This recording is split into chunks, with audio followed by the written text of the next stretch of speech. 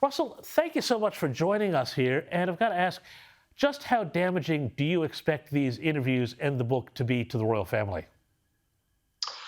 Well, good evening, James. Well, first of all, I love your exuberance because I think a lot of people are feeling like it's Groundhog Day with Harry, sort of bemoaning his previous life with the royal family. But here we are. I mean, just weeks after the Netflix special 6 hours of him and Meghan, giving their version of events, we have another 2 promos just days before this book is coming out, and I definitely do think it will be explosive because people on the inside who know the ghostwriter, J.R. Morrow, know that it will be very, very searingly honest. I think that there's been certain reports about that Harry may not cross a line with the king, but his brother will come in for a bit of a roasting. I think the relationship between them is certainly at rock bottom.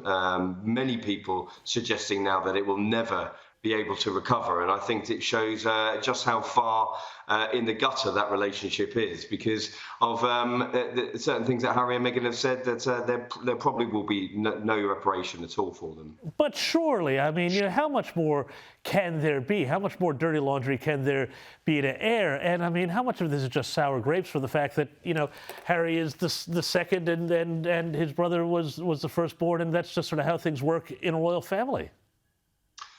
Well, I think that's certainly the feeling. That's certainly the feeling within the Buckingham Palace camp that they're completely weary of Harry and Meghan's gripes, their groans about their life within the royal family. Let's not forget that they have pretty much got what they wanted. They wanted to leave the royal family. They wanted a half in, half out arrangement that they were told that wouldn't and couldn't work. However, they have left. They're living a wonderful life in California. They've earned tens, if not hundreds, of millions of dollars in the corporate world through Netflix and Spotify. And yet here we are once again doing only as though they know how and pretty much slamming the royal family, who they know will not be able to respond publicly. And it's a pretty one-sided affair at the moment.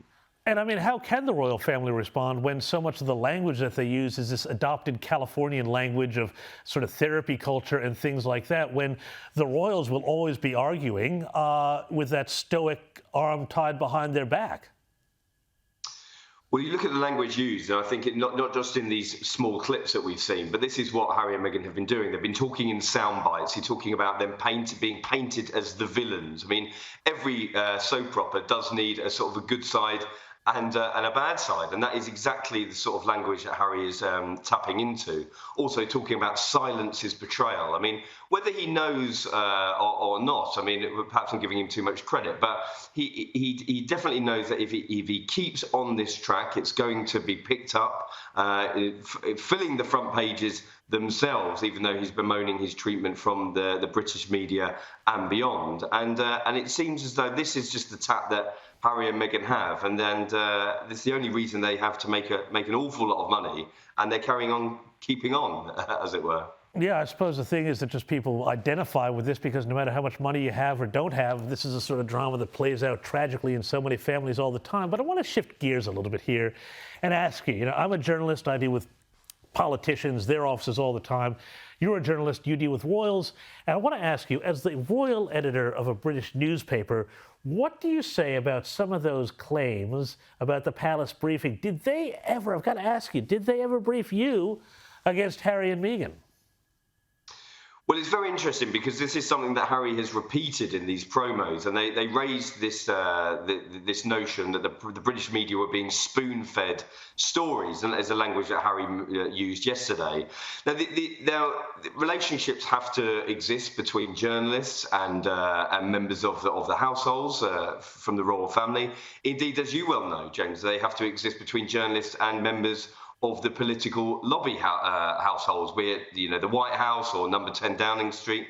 Now, the issue that I have and many of my colleagues have is that nobody was being called up by members of the household press team and spoon-fed stories. Our jobs would be an awful lot easier if that was actually happening. Of course, there were conversations. Of course, there were briefings about stories that our sources would give us, and we had to go to Buckingham Palace or Kensington Palace to check. But I think it's a complete distortion of the truth to suggest that that was the only way that stories about them were appearing in the press, because it simply wasn't true. So indeed what you're saying is that it's just simply a naive and deliberate misinterpretation of the normal relationship between journalists and the people and institutions that they cover. I think so. I think it's definitely a misinterpretation, and I don't really think that Harry and Meghan understand the way that the press work. I mean, we'd already seen in their court case with the Mail on Sunday that there had been necessarily engagement between the press officers that were representing them at the time at Kensington Palace. Thank you so much. I'm going to have to cut you off there. We've got to go.